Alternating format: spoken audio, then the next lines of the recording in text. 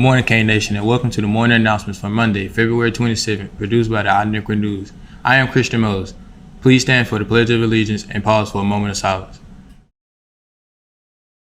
I pledge allegiance to the flag of the United States of America and to the republic for which it stands, one nation, under God, indivisible, with liberty and justice for all.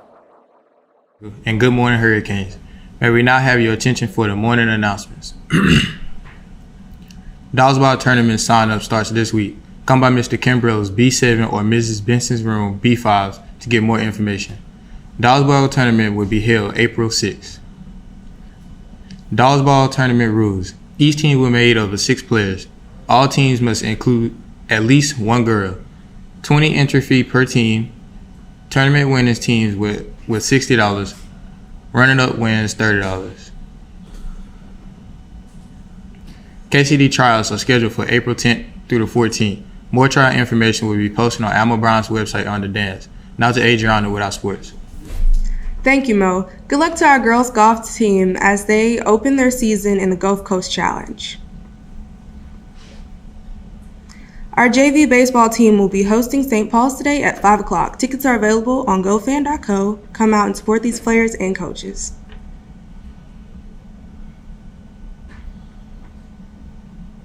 This week, archery will be competing in regionals hosted here at Bryant.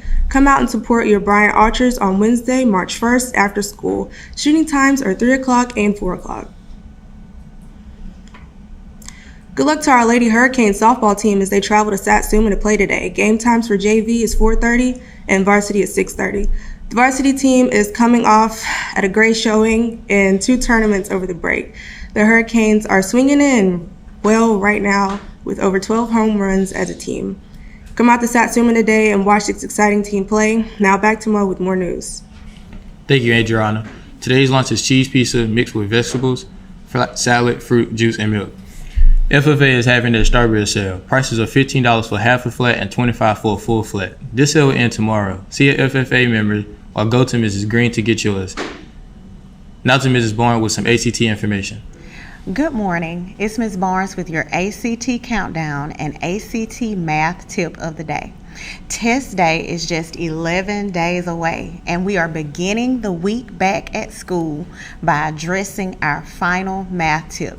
Today's tip to help you show out on the math subtest is to use your calculator wisely.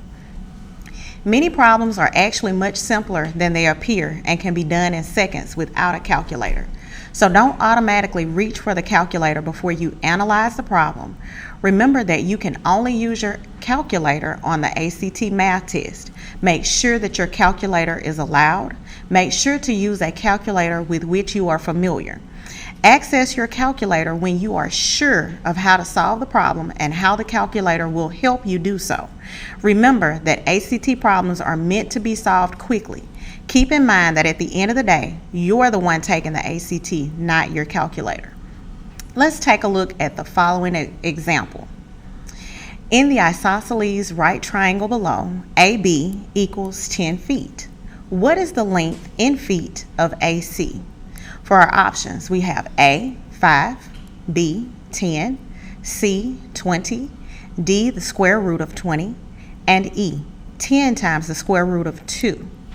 So option 1, the fastest way with no calculator. The question tells you that this is an isosceles triangle. If you remember your formula for isosceles triangles, it's x, and x times the square root of 2. You can immediately say that the hypotenuse is x times the square root of 2, or in this case, 10 times the square root of 2. So the answer is E. All right, so option 2, medium fast, no calculator. You can quickly see that 10 squared plus 10 squared equals 200. The hypotenuse, therefore, is the square root of 200 or the square root of 100 times the square root of 2. This becomes 10 times the square root of 2. So again, the answer is E. Option 3, the slowest way with a calculator, if you forget both your isosceles triangle formula and how to reduce square roots, you can still do this problem, though it will take a little longer. So here we have 10 squared plus x squared equals c squared. You know that this is an isosceles triangle, so each side will be equal. So it's 10 squared plus 10 squared equals 200. 200 equals c squared, and the square root of 200 equals c. If you do not remember how to reduce the square root of 200, find the answer in your calculator, which is approximately 14.14, and then find the answer that matches. A, B, and C are eliminated since they are integers. The square root of 20 will be far too small, 4.47, since you are trying to find the square root of 200. The square root of 2 is 1.414. So in this case, we have 1.414 times 10 equals 14.14. So again, the answer is E, 10 times the square root of 2. Thanks for tuning in for the ACT math tip of the day. Thank you, Mrs. Barnes. Remember that ACT is March 14th. We need 100% of juniors to show up and show out. All those taking the test are allowed to be out of uniform for that day. Those that give 100% effort on the test will be in the drawing for many prizes. Any student interested in going to Europe in the summer of 2024 need to see Coach Donald in room D10. We will be visiting London, Paris, Milan, Florence, and Rome in June 2024. Please come by the room D10 to get some information. This concludes our morning announcements for Monday, February 27th. We thank you for tuning in to iNetwork News, and we will see you again after tomorrow for more morning announcements. And remember, it's a great day to be a Hurricane.